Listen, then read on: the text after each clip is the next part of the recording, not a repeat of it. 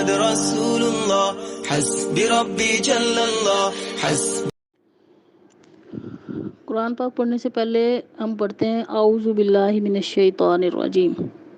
یہ قرآن کی آیت نہیں ہے۔ اعوذ باللہ من الشیطان الرجیم قرآن کی آیت تو نہیں ہے، لیکن قرآن پاک میں حکم آتا ہے کہ جب تم قرآن پڑھنے لگو تو فاستعذ باللہ من الشیطان الرجیم، تو اللہ کی پناہ لے لیا کرو شیطان مردود سے۔ اعوذ باللہ من الشیطان الرجیم پڑھنے کا مقصد یہ ہے کہ شیطان جو ہے ہر انسان کے ہر نیک کام کرنے کے اندر جو ہے نا رخنے ڈالنے کی کوشش کرتا ہے۔ اسے یہ بات پسند ہی نہیں کہ انسان نیکی کا کام کرے، اللہ کا قرب حاصل کرے، تو اسی لیے اس کا مطلب ہے کہ میں اللہ کی پناہ مانگتی ہوں شیطان مردود سے۔ کا مطلب ہوتا ہے کہ میں پناہ مانگتی ہوں باللہ اللہ کی، یعنی اے اللہ میں آپ کی پناہ میں آتی ہوں، آپ مجھے بچا لیجئے، آپ میری حفاظت فرمائیے۔ کس سے؟ من الشیطان، من کا مطلب ہوتا ہے سے، یعنی شیطان سے۔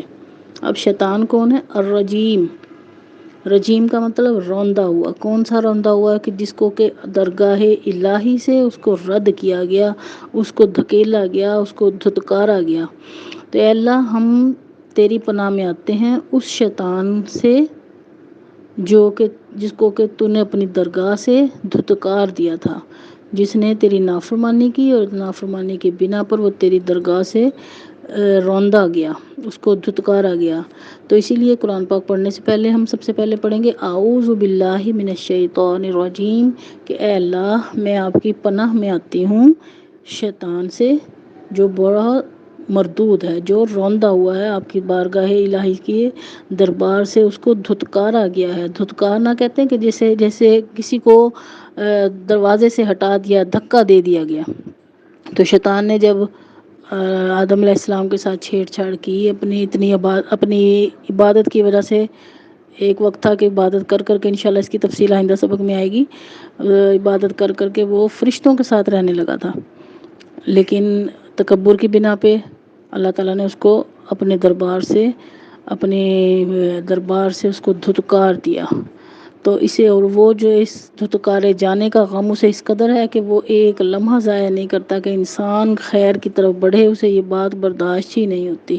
اور قرآن جو سراپا ہدایت ہے، تو اس کی بھرپور کوشش ہوتی ہے کہ وہ قرآن سے دور کرے، بھلائی سے انسان کو دور کرے۔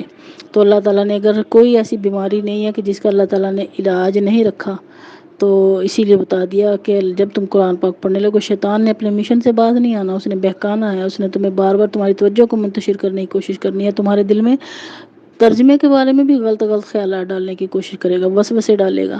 لیکن بہرحال جب ہمارا اللہ پر ایمان ہے کہ جب ہم اللہ تعالیٰ سے دعا مانگتے ہیں تو اللہ رب العزت ضرور ضرور اس دعا کو قبول کرتے ہیں، اور ایسی دعا جو خیر کے لیے مانگی جائے کہ اللہ تعالیٰ ہم تیرا کلام پاک پڑھنے لگے ہیں، تو تیرا کلام پاک پڑھنے کے لیے اے اللہ ہم تیری پناہ میں آتے ہیں اس شیطان سے کہ جس کو کہ آپ نے اپنی درگاہ سے دھتکار دیا تھا۔